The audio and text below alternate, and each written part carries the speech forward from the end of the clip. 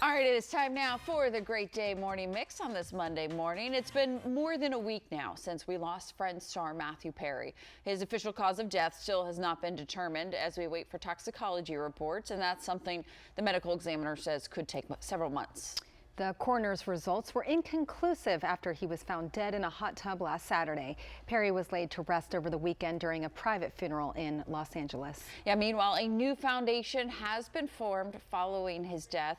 The Matthew Perry Foundation, as it's called, aims to help people who struggle with addictions. The founders say the charity will be guided by Perry's own words and passions to make a difference in as many lives as possible. So the website went up live on Friday, asking for donations, of course, for the foundation to help those struggling with addiction, which, Matthew Perry said over and over, that's what he wanted to be known for. Obviously, Friends is a big part of his life, but he wanted to be known for helping others. Absolutely. And he will always be known for Friends, of course, but maybe moving forward with his legacy and this foundation, maybe that's the first thing we'll say in a couple years from now. That's how we remember him, his desire to help others and his struggle with addiction. They sometimes say, and it's sad but true, he talks so much about his addiction in his memoir and the interviews, but sometimes those things get brought to light more after somebody is gone. Yes. And that is what we are talking about more and more, which is what he wanted. And prevent this from happening in the future.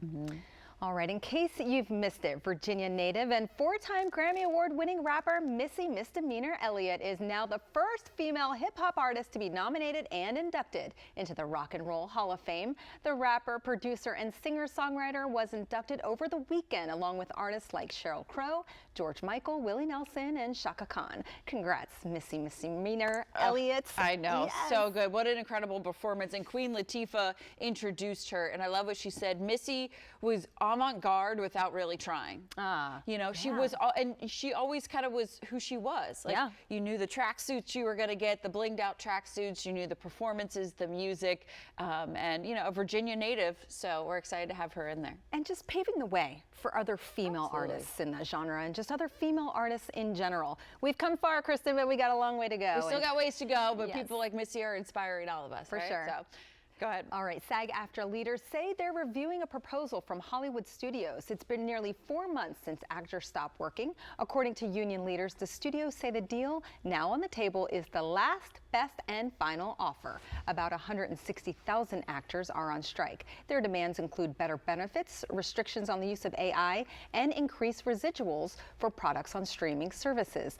Man, it's been 115 days. And while that language sounds jarring, that's actually very typical language in negotiations of that kind. And basically, if they accept, the strike could end. And if they don't, it sounds like perhaps they'll stop negotiating for a bit of time, probably through the end of this year. Who knows? With the holidays coming up, people want to get back to work, not just the actors, but the gaffers, everybody behind the scenes. And a lot of the sticking points right now, from what I'm hearing, they met for about 5.5 hours this weekend one day, another several hours.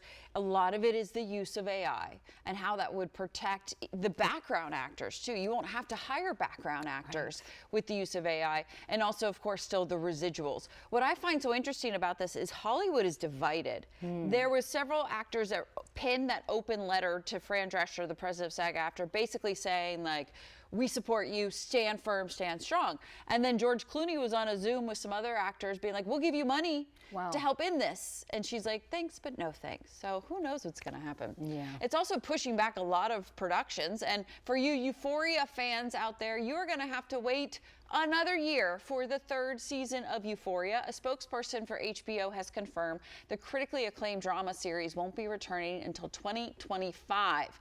The third season will also mark the first since the death of star Angus Cloud, who passed away over the summer from an accidental overdose. The show premiered in 2019, stars Zendaya, Sydney Sweeney, Maude Apatow, Jacob Elordi. According to HBO, the season 2 premiere was the most viewed episode of a series on HBO Max. Wow. Are your kids old enough to watch Euphoria? Well, we don't have HBO Max, so there you go. There you go. So there you go. But, I feel like, we started out talking about Matthew Perry. Now we're talking about this. Maybe a really good time to just readdress addiction in this country and the need to really help people, not just watch it go and think, oh, I hope they get help. Right. But what can each and every single one of us do to help people in our lives? I wonder what they're going to do in the series to address his death and maybe use that as a platform for addiction. All right.